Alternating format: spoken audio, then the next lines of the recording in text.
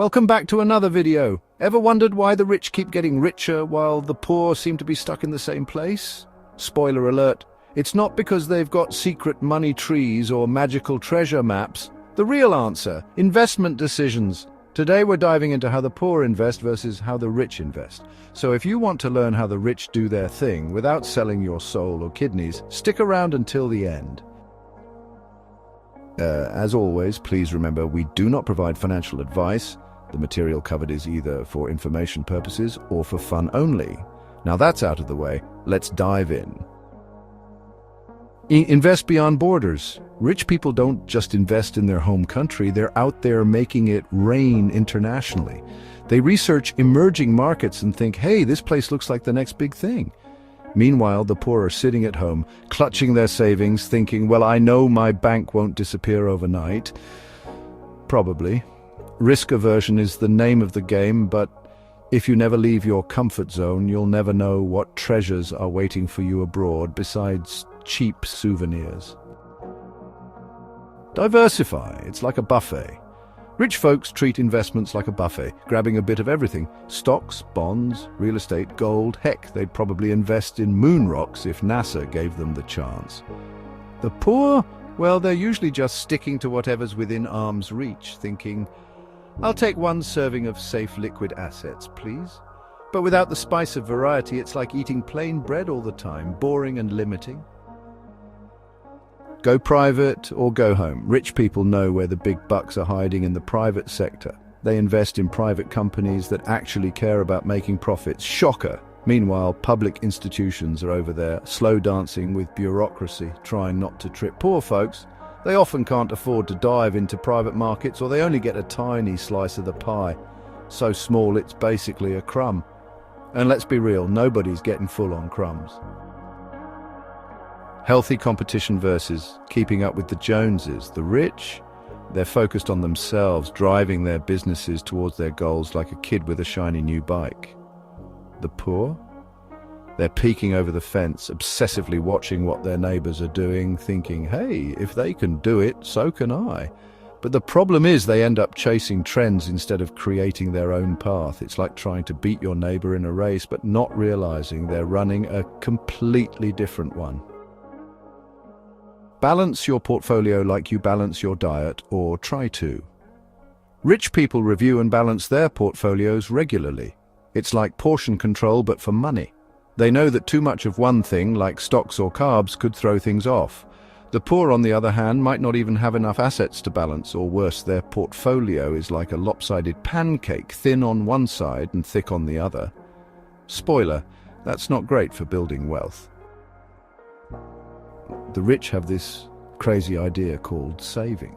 They don't spend every dime they make, who would have thought? Instead, they tuck away a chunk of their income to grow over time.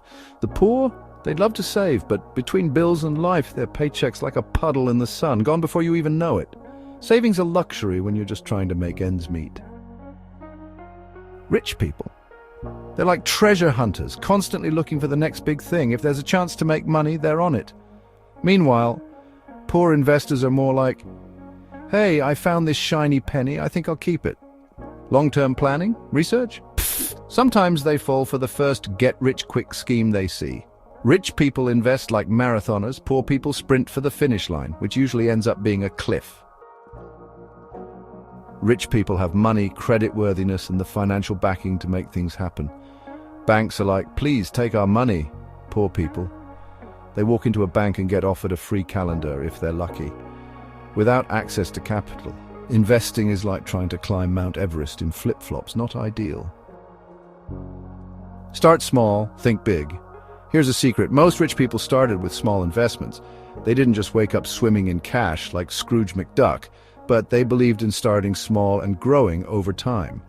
The poor, on the other hand, often think, I don't have enough to start, and end up starting never. You've got to plant the seed if you want a money tree. Still no magic ones, sorry.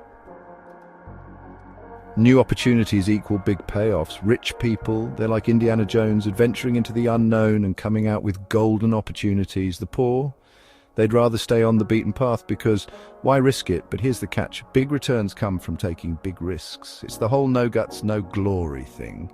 Unfortunately, the poor tend to shy away from new opportunities, sticking to what's safe and often low-yielding.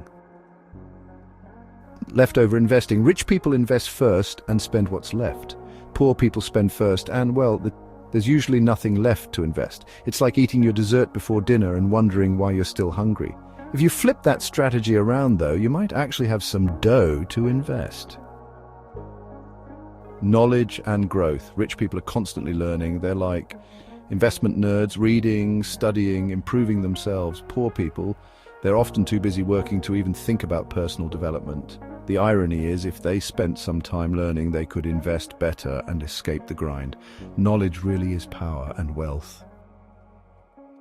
Resources. The rich, they've got resources for days. Time, money, connections, you name it.